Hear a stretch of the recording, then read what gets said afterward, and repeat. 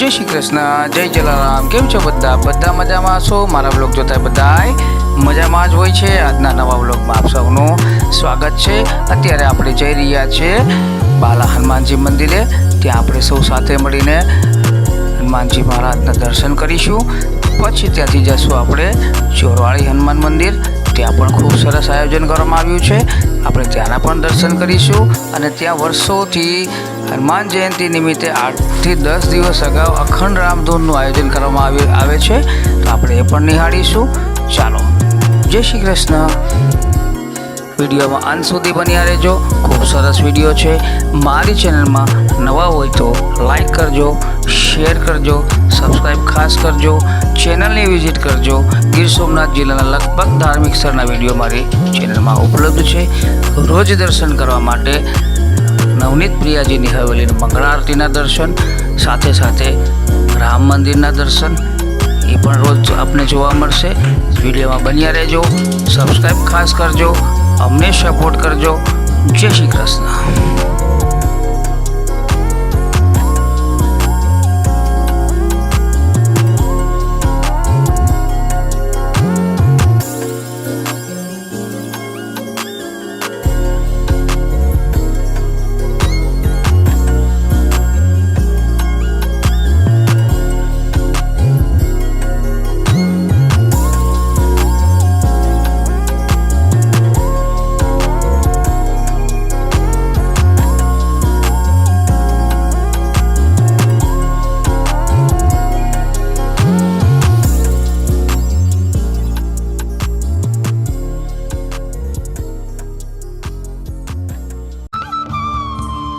જુઓ, આપણે આવી ગયા છે બાલા હનુમાનજી મંદિર, જે કોડીનાર ખાતે સુગર ફેક્ટરીની પાસે આવેલું છે।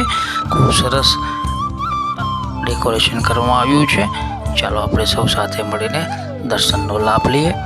ચાલો।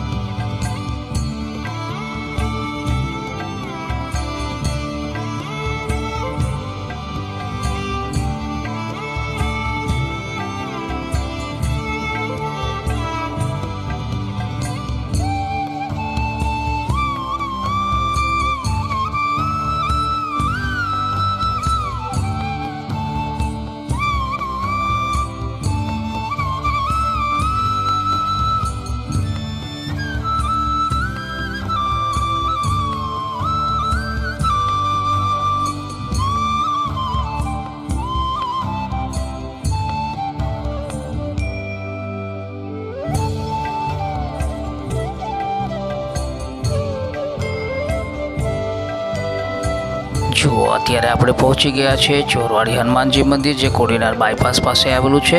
આ મંદિરનું મહત્ત્વ ખૂબ છે, ખૂબ ચમત્કારિક મંદિર છે। ચાલો આપણે દર્શનનો લાભ લઈએ। ભક્તો ખૂબ મોટી માત્રામાં અત્યારે અહીં દર્શનનો લાભ લેવા માટે ઉમટી પડ્યા છે। જુઓ, આપ દર્શન કરી શકો છો। આ જગ્યાનું ખૂબ જ મહત્ત્વ છે, ખૂબ ચમત્કારિક જગ્યા છે। આપ સૌ દર્શનનો લાભ લેજો। જુઓ, અખંડ રામધૂન પણ ચાલુ છે અત્યારે। ખૂબ મોટી માત્રામાં ભક્તો અત્યારે રામધૂન બોલી રહ્યા છે। જય શ્રી રામ, જય હનુમાનજી મહારાજ।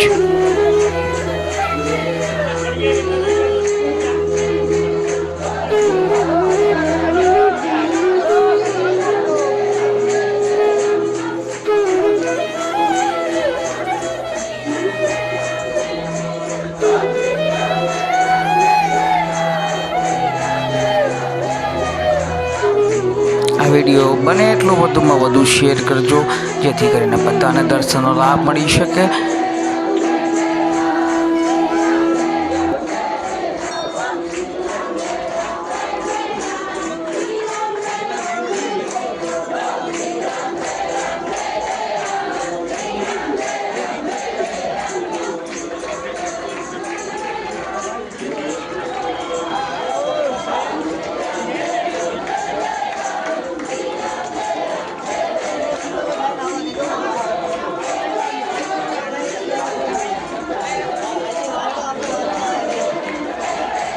આપ જોઈ શકો છો કે જગ્યાનું કેટલું મહત્ત્વ છે. દર્શનાર્થીઓ હજુ પણ ઉમટી રહ્યા છે અને દર્શન માટે કતારમાં રાહ જોઈ રહ્યા છે.